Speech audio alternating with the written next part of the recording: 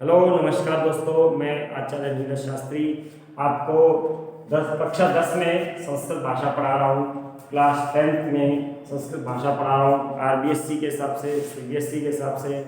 अभी दोस्तों हमारा जो सिलेबस है वो आ चुका है। मैंने आपको पिछले वीडियो में संस्कृत व्याकरण लेकर के चला था। मैंने आपसे एक बात कही थी कि अगर सिलेबस कम होता है तो सिलेबस में व्याकरण में कोई इतना फर्क नहीं पड़ता है। व्याकरण में ज़्यादा टॉपिकों में फर्क नहीं पड़ता है, जो लेसन होते हैं वो कम हो जाते हैं और अभी उनको हम देख लेंगे। आप लोगों ने भी देख लिया होगा कि कौन कौन से टॉपिक्स कम हुए हैं और 60% जो सिलेबस है उसमें क्या क्या है। 40% हमारा लेस हो गया है, कम हो गया है। बोर्ड ने 40% कम कर दिया है सिलेबस बोर्ड का, तो उसके हिसाब से संस्कृत में क्या क्या कम हुआ है वो हम आगे बताएंगे। पहले अभी हम यहाँ व्याकरण चल रही है हमारी और हम लोग व्याकरण के बारे में पढ़ रहे थे। पिछले वीडियो में मैंने आपको स्वरों के बारे में बताया था कि संस्कृत में स्वर कितने कितने होते हैं। अब हम आज व्यंजनों के बारे में देखते हैं कि संस्कृत में व्यंजन कितने होते हैं। तो दोस्तों देखो, व्यंजन के बारे में पढ़ते हैं। तो व्यंजन संस्कृत में और हिंदी में भी 33 व्यंजन होते हैं दोस्तों। 33 व्यंजन होते हैं।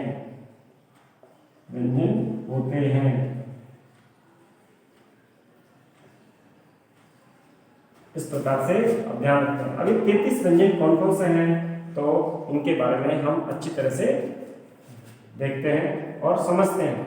तो दोस्तों देखो, 5 वर्ग होते हैं: क वर्ग, च वर्ग, ट वर्ग, ट वर्ग और प वर्ग। इन 5 वर्गों में प्रत्येक में 5-5 वर्ण होते हैं दोस्तों। क वर्ग में क, ख, ग, घ, ङ,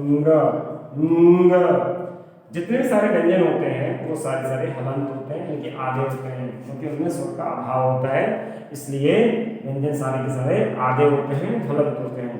च वर्ग में अगर हम देखें तो च, छ, ज, झ और ञ। तो देखो दोस्तों, ये च वर्ग है। च वर्ग में भी सारे व्यंजन हलंती ही होंगे। आगे हम देखते हैं, देखो ट वर्ग में ट, ठ, ड, ढ, ण। तो दोस्तों ये व्यंजन आपको हिंदी में भी काम आएंगे एज इट इज और संस्कृत में भी काम आते हैं। त वर्ग में हम देखते हैं तो त, थ, द, ध, न। अभी हम संधियां पढ़ेंगे इसके बाद, इसलिए मैं आपको ये व्यंजन करा रहा हूँ। प वर्ग में देखो प, फ, ब, भ और म। देखो दोस्तों ये 25 व्यंजन है। ये कितने व्यंजन हैं? 25 हो गए टोटल। ये जो 25 व्यंजन हैं इनको हम स्पर्श व्यंजन भी कहते हैं, स्पर्श व्यंजन भी कहते हैं या स्पर्श वर्ण भी कहते हैं। इनकी संख्या कितनी होती है? 25। यहाँ तक समझ में आया दोस्तों? अब हम आगे चलते हैं। मैं आपको ज़्यादा डीपली नहीं ले जाऊँगा, मैं आपको 10th लेवल के हिसाब से ही समझा रहा हूँ। अब देखो, इसमें कैसे लेकर के मैं तक है, तो हिंदी में हम कहेंगे कैसे लेकर के मैं तक। संस्कृत में इसको हम क्या कहते हैं? कायो मावसानम। एक भाषा हो जाती है ऐसे, कै आदि से लेकर के मावसानम। ये आप याद रखो या मत रखो, ऐसी कोई आवश्यकता नहीं है। ये बाकी बड़ी क्लासों में काम आता है, छोटी क्लास में भी 10th क्लास तक इसकी भी याद रखने की कोई आवश्यकता नहीं है। और दोस्तों हम थोड़ा सा देखते हैं। देखो व्याकरण में कै वर्ग को हम लोग कहते हैं टू, च वर्ग को हम डायरेक्ट कह देते हैं चू, ट वर्ग को हम कह देते हैं टू, त वर्ग को हम कह देते हैं टू और प वर्ग को हम कह देते हैं टू। अब देखो दोस्तों, सभी में उ की मात्रा आ रही है, इसलिए सारे के सारे वर्ण या व्यंजन उदित वर्ण भी कहलाते हैं संस्कृत में। उदित वर्ण, इनकी हमें आवश्यकता थोड़ी सी पड़ेगी। इनकी आवश्यकता हमें उच्चारण स्थानों में पड़ेगी। जब हम उच्चारण स्थान पढ़ेंगे तब हमें जानना पड़ेगा कि भाई क्या कू का मतलब क्या होता है, चू का मतलब च क्या होता है, टू का मतलब क्या होता है, ये हमें सब ध्यान रखना पड़ेगा। अब ये उदित वर्ण है, इनकी संख्या भी कितनी है? 25। वही 25 जो वहाँ पर है वही यहाँ पर। इतनी बात समझने के बाद व्यंजनों में हमें एक बात और ध्यान रखनी चाहिए, विशेष रूप से ध्यान रखनी चाहिए, जो हमें संधि में काम आएगी। संधि में विशेष रूप से ये बात काम आएगी। देखो अब हम इस प्रकार से तो व्यंजनों को पढ़ ही सकते हैं, लेकिन अगर हम ऊपर से नीचे की ओर अगर ध्यान रखें तो ये वर्गों के पहले अक्षर कहलाते हैं। क, च, ट, त, प। ये वर्गों के दूसरे अक्षर कहलाते हैं, ये वर्गों के तीसरे अक्षर कहलाते हैं और ये वर्गों के चौथे अक्षर कहलाते हैं। और ये वर्गों के 5 अक्षर कहलाते हैं। दोस्तों ऐसे हमें थोड़ा सा ध्यान रखना पड़ेगा। संधि हमें समझने के लिए, संधि को अगर हम अच्छी तरह से समझना चाहते हैं तो इस प्रकार से हमें विशेष रूप से ध्यान रखना पड़ेगा। अब देखो ये 5 जो अक्षर होते हैं ये अनुनासिक वर्ण भी कहलाते हैं। संस्कृत में इनको अनुनासिक वर्ण भी कहते हैं। अनुनासिक वर्णों की संख्या कितनी होती है दोस्तों? ये 5 होते हैं, 5। ये वर्गों के 5वें अक्षर होते हैं और ये 5 होते हैं। ये भी हमें ध्यान रखना पड़ेगा संधि के माध्यम से। संधि के माध्यम से जब हम सीखेंगे संधि को तो ये व्यंजनों के माध्यम से हम अच्छी तरह से समझ सकते हैं। तो देखो दोस्तों ये 25 व्यंजन थे। इसमें जो जो भाषाएं मैंने आपको समझाई है इनको अच्छी तरह से समझ लेना, एक बार देख लेना सरसरी नजर से। उसके बाद में हम आगे चलते हैं। तो देखो 25 व्यंजनों के अलावा और भी व्यंजन होते हैं। और जो व्यंजन होते हैं ये अलावा 4 ये होते हैं। ये अंतस्थ वर्ण कहलाते हैं दोस्तों। क्या कहलाते हैं? अंतस्थ वर्ण, इनको कहते हैं अंतस्थ व्यंजन या अंतस्थ वर्ण। इसमें दोस्तों बाह्य सूत्रों से एक यण प्रत्याहार बनता है जो कि यण संधि में काम आता है। उसका जो क्रम होता है वो यह वाला होता है और अंतस्थ वर्णों का क्रम ये होता है। इस बात को विशेष रूप से ध्यान रखना। ये कंपटीशन में आ चुकी है और कंपटीशनों में आती है। आज आप लोग भी हिंदी के हिसाब से भी अगर याद करो तो हिंदी में आगे आपको हिंदी और इंग्लिश कंपलसरी रहती है कंपटीशन में। संस्कृत अगर नहीं भी रखते हो तो अभी आपको ये बात ध्यान रखनी होगी। इसके अलावा 4 व्यंजन और हैं, श श श और ह। ये 4 जो व्यंजन हैं ये ऊष्म वर्ण कहलाते हैं दोस्तों। ऊष्म वर्ण या ऊष्म व्यंजन। इसमें भी दोस्तों एक बाह्य सूत्रों के हिसाब से सरल प्रत्याहार बनता है। उसमें भी ये 4 ही आते हैं, श श श और ह। तो दोस्तों इनको ज़्यादा याद रखने की आवश्यकता नहीं है। इस प्रकार से दोस्तों संस्कृत में ये 33 व्यंजन होते हैं और हिंदी में भी ये 33 व्यंजन होते हैं। इनके अलावा संस्कृत में और हिंदी में किसी भी प्रकार से और कोई व्यंजन नहीं होता है। ये 33 ही व्यंजन होते हैं जो कि हिंदी में और संस्कृत में होते हैं। तो दोस्तों ये हमने अभी व्यंजन पढ़े।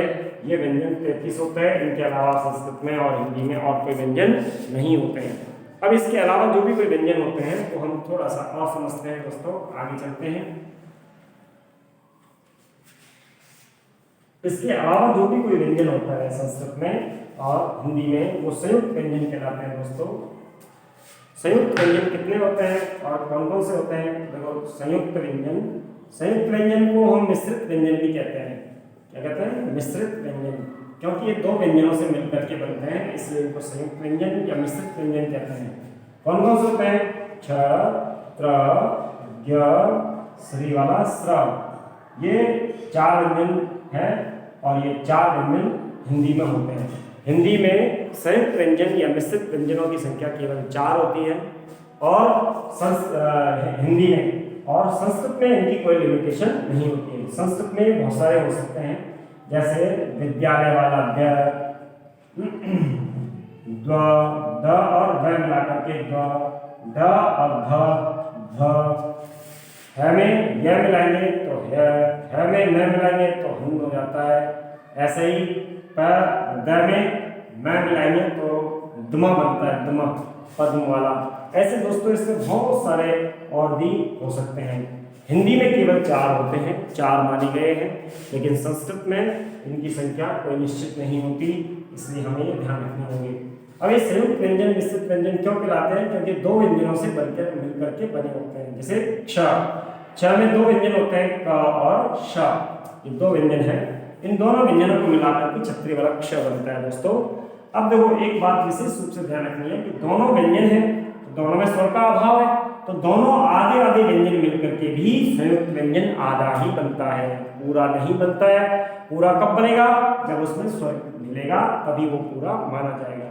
तो इसलिए इस टॉपिक को हमने ध्यान रखना है। क आगे होता है, श हमेशा पीछे होता है, तो क्ष बनता है। त्रिशूल वाला जो बनता है उसमें क्या होता है दोस्तों? त और र होता है। ऐसे ही ज्ञानी वाला जो ज्ञ बनता है उसमें क्या होता है? ज और ञ होता है। इसका सही उच्चारण क्या होता है? ज। लेकिन दोस्तों हम सही उच्चारण नहीं बोलते हैं, ज़्यादा सही बोलेंगे तो भी नुकसानदायक रहता है, इसीलिए ज्ञानी वाला ज्ञ को हम बोल करके छोड़ देते हैं। उसके बाद में स्र में हम देखें तो श और व आता है दोस्तों। फिर आगे चलते हैं हम, तो देखो विद्यालय वाला है, तो विद्यालय वाले में द और ये आता है। उसी प्रकार से द जो होता है इसमें क्या आता है, द और व आता है, और द और ध मिलकर के ध आता है, तो उसको ध आता है इसमें। ऐसे ही है, ये संस्कृत में थोड़ा सा अपने को काम आएगा, तो इसको हम है और यह से मिलकर के बनाए हैं। ऐसे दोस्तों हन्न जो बनाए हैं उसमें है आ रहा है और न आता है। और ऐसे ही जो पद्म वाला बनता है, गमा बनता है, उसमें ध और मैं आता है। दोस्तों इस प्रकार से हमें विशेष रूप से ध्यान रखना चाहिए कि ये इस प्रकार से संयुक्त व्यंजन है। दोस्तों ये संयुक्त व्यंजनों का ज्ञान भी हमें होना आवश्यक है और इस बात को भी हमें विशेष रूप से समझ लेना चाहिए। दोस्तों एक छोटी सी बात और मैं आपको बताना चाहूँगा, बहुत जरूरी बात है और हम उस बात को नेगलेक्ट करते हैं, नेगलेक्ट नहीं करना चाहिए। एक बात हमेशा ध्यान रखना चाहिए कि व्यंजन हमेशा आगे होता है और स्वर हमेशा पीछे होता है। इस बात को विशेष रूप से ध्यान रखना चाहिए कि स्वर व्यंजनों में जाकर के मिल जाता है, स्वर व्यंजन में जाकर मिलता है, न कि व्यंजन स्वर में। इसको हम इस प्रकार से समझ सकते हैं कि जैसे यह शुद्ध व्यंजन है और हम व्यंजन को इस प्रकार से पूरा लिख के उसके नीचे हलंत लगा के भी व्यंजन को लिख सकते हैं। ये देखो शुद्ध व्यंजन है दोनों।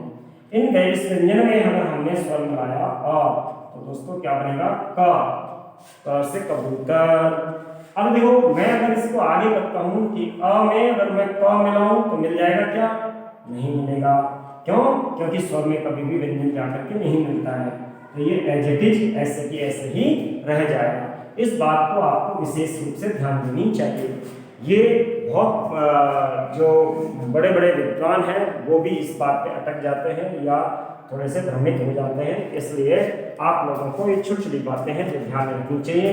ये बातें आपको हिंदी में भी एज इट इज काम में देंगी और संस्कृत में भी आपको काम में देंगी, तो इस बात को विशेष रूप से ध्यान रखना है। अब आपको मैंने बताया कि व्यंजन और स्वर, तो व्यंजन में स्वर जाकर के मिलता है। ये एरो का निशान लगा दिया मैंने कि स्वर हमेशा व्यंजन की ओर गति करता है, ना कि व्यंजन स्वर की ओर, उल्टा नहीं जाएगा।